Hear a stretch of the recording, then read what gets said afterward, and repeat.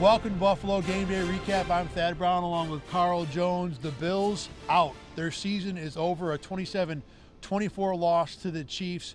And Carl, look, this loss is despicable. I mean, this was a game where I don't know if the Bills were the better team, but they certainly had plenty of chances to win this game. I mean, this Chiefs team was probably the worst it's been in the Patrick Mahomes era. We've talked about all year how the Chiefs receiving core wasn't up to par. The offensive line was leaky to a certain extent, and yet they still found a way to come on the road. Patrick Mahomes never playing a road game in his career. Playoff game in his career, how would he respond? Well, the Chiefs responded just fine. Look, this was a situation where the Bills had the Chiefs exactly where they wanted them. They had them at home. They had it in a game where Josh Allen was playing well. I mean, look, I don't know if this was an 11 out of 10, but what, 9.5 out of 10? Pretty fair to say. He was making play after play. I was impressed with the way James Cook drops a pass end of the half, walk-in touchdown. No problem. Khalil Shakir, tough catch, banging in anyway. Bills take a delay of game in the red zone to make it 3rd and goal from the 13. No problem. Khalil Shakir again coming up with a big play. We'll talk about him a little later on in the show. The Bills try and fake a punt. Ridiculous decision. No problem. Jordan Poyer is going to force a fumble. And then late in the game, they had everything going their way. Fumbles, not only the one that goes out of bounds, but Josh Allen had one again that the Chiefs could not recover. They had a fumble early in the game. Stefan Diggs, no problem. The Chiefs couldn't recover that one either. There was what probably would have been a pick six that the Chiefs knocked away from themselves. The Bills kept on either getting breaks or making plays. They had everything going their way. If you can't beat Kansas City in this situation, Carl, when will they ever beat them? I don't know. I mean, when you think about coming into this game, if you said Josh Allen doesn't turn the ball over, he completes north of 60% of his passes, you would say, okay, the Bills can come away with a win. However, this Chiefs offense, which hasn't been great all year, walked into Orchard Park. I know the Bills defense was battered with injuries. However, the Chiefs offense wasn't spectacular against anyone who they played this year. They walked in here, moved the ball up and down the field, especially in that second half. That's not good whatsoever. And I know, going back to the offense a little bit, Josh Allen played about as well as you can expect him to play in the circumstances that he was given. Now, granted, the explosive plays weren't there, a couple drops by the receivers. I don't know what more you can ask from him out of maybe some other guys stepping up and making plays. We'll get to the offense in a second. First, let's talk about the special teams, because at the end of the day, the play that really submarined the Bills this year was Tyler Bass missing a very makeable 44-yard field goal. The snap, the hole, I know Sam Martin was an issue in this game. He didn't punt very well. That all seemed good. And Bass, end of the season, was certainly a problem. Not the most reliable kicker at all, and really a point that I don't think was talked about enough. This game was the most accurate kicker in the NFL, Harrison Butker, against Bass, who might have been one of the worst late in the season. But big picture, special teams were an issue all season long. In the last game of the year, it was a problem as the first game, when the Jets ran a punt back for a touchdown to win a game. 12 men on the field against the Broncos cost you a game. Now, it didn't cost the Bills in terms of playoff seeding, but it really was just a hint of what was to come in the playoffs here. It wasn't good. I know the decision-making, and I know Reed Ferguson said that it was a decision from the sideline to get the fake punt. Correct. So that's upstairs. That's not the players on the field making that call. They need to be better in that part of the game, because it still is 3 phases. And you see the Chiefs didn't fumble in that part. You know, Harrison Butker made his kicks, albeit a very difficult kick in that first quarter, and he was kind of scared. I don't think he really thought that was going in from his reaction. But regardless, you can't be such a drawback in that part of the game. This time of the year, the margins are slim. Especially, really slim. Especially when your defense has injury issues like the Bills had in this game. And let's talk about the fake punt. Look, it was a terrible decision. And the thing that I thought of was, this is the Bills team. Von Miller started the phrase early this year, and we heard it a lot. Don't blink. Well, you know what? Sean McDermott blinked right there. This was a head coach that I think has heard for years how he wouldn't be aggressive in a spot like this. He'd be conservative.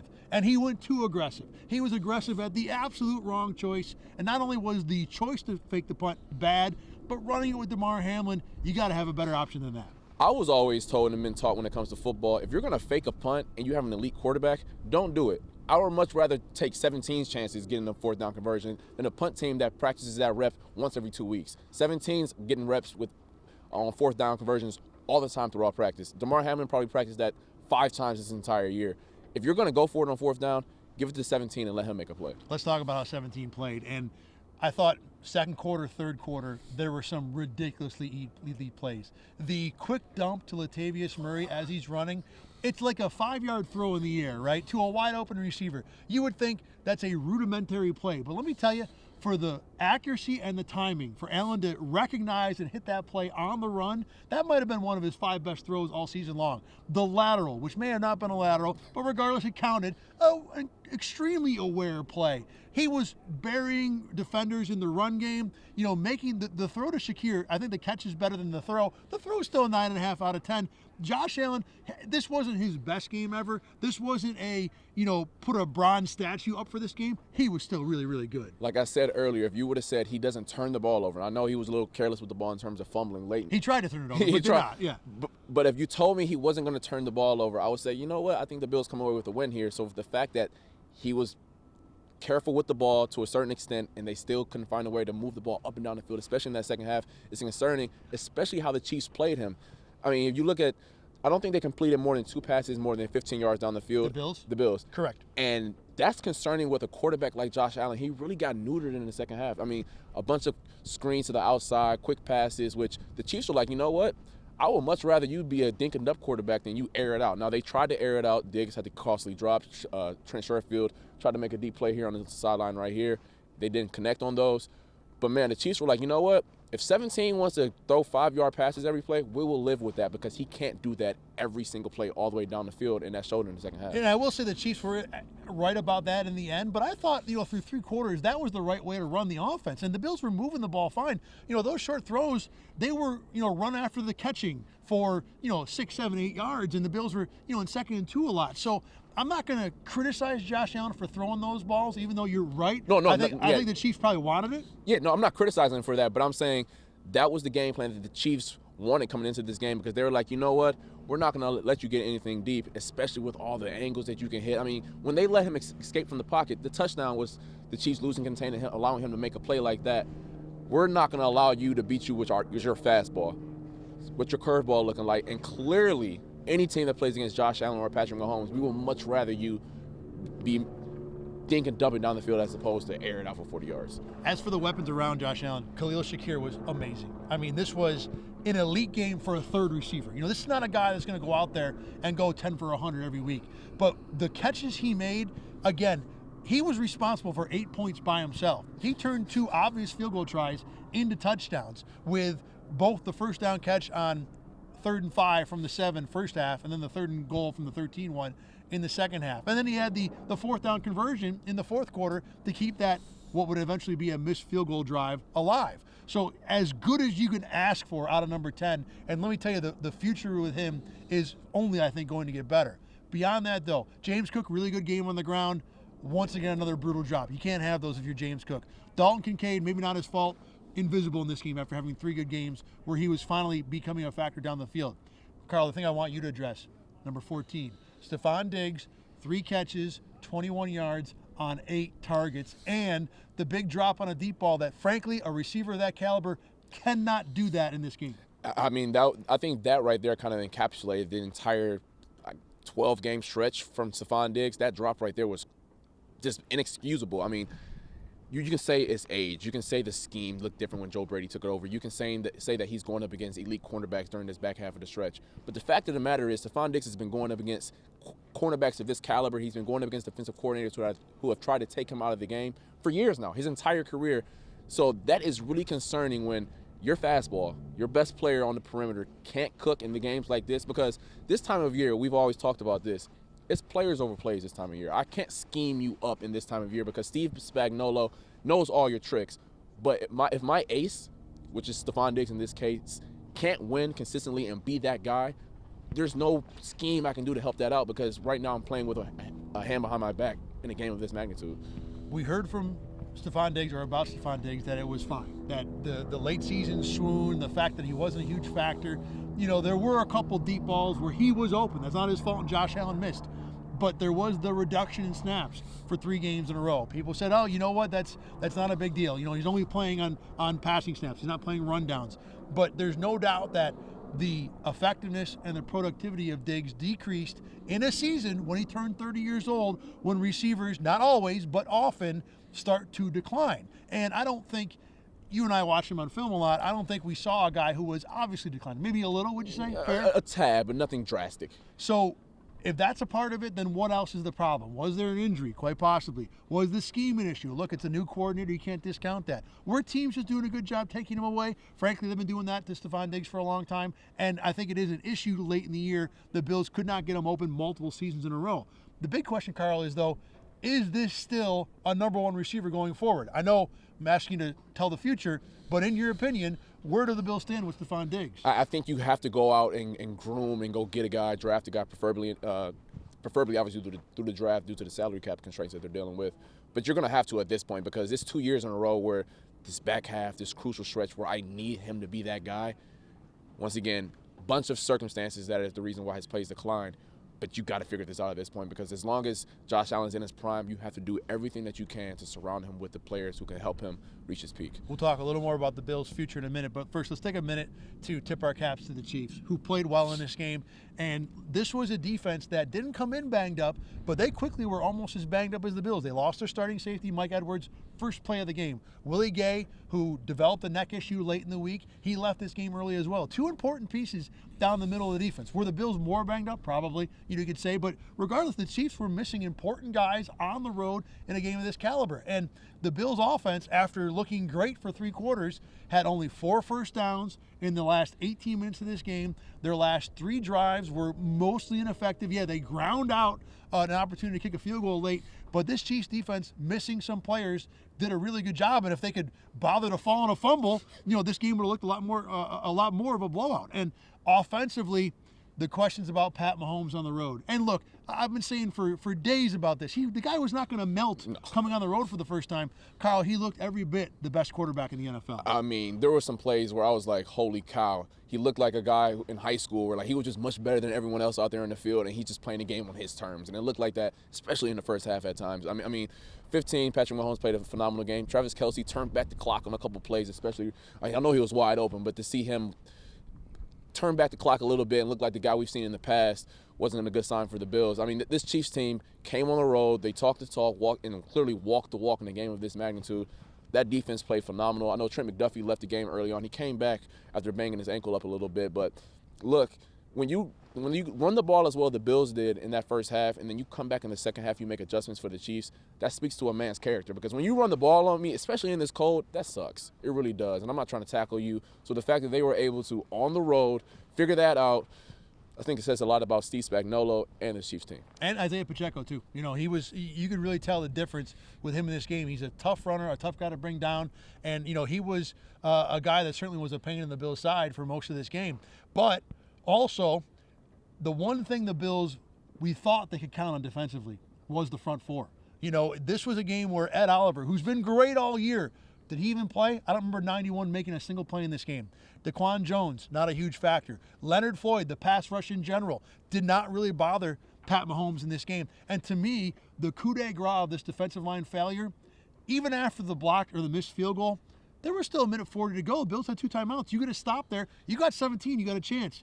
Isaiah Pacheco got a first down about as easy as it gets. 8 yards on the first play, an easy first down, ball game over. This was a defensive line that when the Bills needed them to step up, did not show up. We talked about this earlier in the week. If the Bills wanted to win this game with how banged up they were everywhere, safety, linebacker, and corner, they needed that front four to win. I mean, Ed Oliver is probably your best player on defense at this point. Gregory Rousseau, Leonard Floyd have played exceptional at times this year. You needed those guys to win, especially against the Chiefs tackles who weren't stellar this year. Those guys needed to dominate, and they didn't. And the fact that that last drive right there said a lot. It really did about the fact that first drive Pacheco gets the rock, it's 8 yards. And game that late, you needed you guys to make a play. I know I've said it about 3 times in this episode. Players make plays, and unfortunately, the Bills players, especially their guys who you would think would be a B+ or an A-, didn't make plays. All right, let's start talking about where the Bills go from here now. And, you brought this up. The Bills have a tough spot when it comes to the salary cap. They are way over, 40 or 50 million, something crazy. They've got a lot of work to do there. They don't have anyone signed on the defensive line beyond Ed Oliver. They've got 2 safeties in Jordan Poyer and Micah Hyde that are probably either, too far over the hill, maybe too expensive to bring back. I'm not saying they won't be back, and they're still quality players, but, maybe not the kind of guys you want to have there. With all of that said, Carl, where does this team go moving forward, a team that I think now with a quarterback like Josh Allen expects to be in the Super Bowl mix every season? I think for me, you go offense, get a receiver, help out that offense, and help him out as much as you can. It's unfortunate for them. I know Jordan Poyer and Micah Hyde are getting a little bit over the hill, especially with the salary cap when you compare it in that regard. I don't know how they fix that, because it's hard to go get a safety on day 1 or day 2 and expect those guys to contribute right away. Cornerback is also an interesting discussion, although I think that group is a little better set going forward based off the fact that you have Rasul, Christian, and whatever what happened with Trey White. I feel a little bit more confident in that group. The front four is going to be a little bit scary. You got Leonard Floyd on the cheap this year. Will that happen next year? Von Miller takes up a big chunk of the cap. I think it's safe to say that Von Miller that you expected to come to Orchard Park isn't there anymore. Huge cap hit. What do you do with that?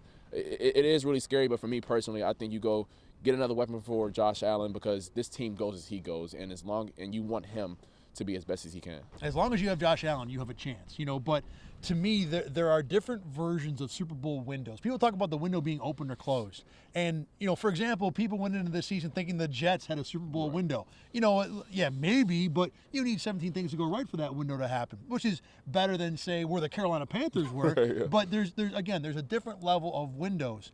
And when the Bills signed Von Miller to add with Stefan Diggs, you had Josh Allen, you had Diggs was a star, Von Miller was a star, Ed Oliver was developing, the secondary was great, Taron Johnson is now an All-Pro, Matt Milano was you had guys everywhere. You had a window open. To me, that window is now closed. And I think next year, the Bills may have to take a little bit of a step back, clean up the salary cap, and now sure, Brandon Beane hits it out of the park with a draft, changes everything. The Chiefs' defense is proof of that by itself. But this might be a longer road back to where we're talking about the Bills as one of the top 2 or 3 Super Bowl contenders in the NFL. Especially with all the breaks they got this year in the AFC. Joe Burrow, who's been this team's kryptonite the past 2 years, he got hurt in November, so you didn't have to worry about the Bengals in the postseason. The Chiefs, that offense isn't great. I'm sorry, I know it still isn't. I know they looked better today, but that still isn't a great offense. You presume they'll be better next year and surround Pat Mahomes with some better receivers.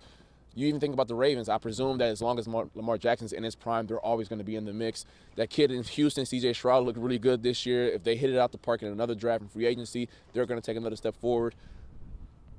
You look at everything around you, and when everything was breaking, we were talking about this about a month ago. We were like, look, the Bills aren't looking great, but the AFC's not looking great either. This was the year for them to go on a run. Hard to imagine how they are able to live this down. But, of course, look, this is how the NFL season works. This is how the offseason works. You'll digest it. It'll hurt. It'll be a long offseason for Bills fans, especially hearing about how the Chiefs are still big brother in the conference. I mean, look, right now, Patrick Mahomes is Michael Jordan and the Bills are the Knicks. And Jordan does whatever he wants. Doesn't matter where the game's being played, and it's going to hurt for the Bills for a while. As long as the Bills have Josh Allen, and he proved it again tonight, there is hope. And there is some young guys developing. I like Dalton Kincaid a lot next year. But this game was one you had to have. And again, if the Bills are ever going to get where they want to get with Josh Allen, he's got to start outplaying quarterbacks. He didn't do that tonight. I don't know how much of that was his fault, but he didn't do enough on a night where you needed him to be in 11 out of 10. A disappointing end to the season for sure.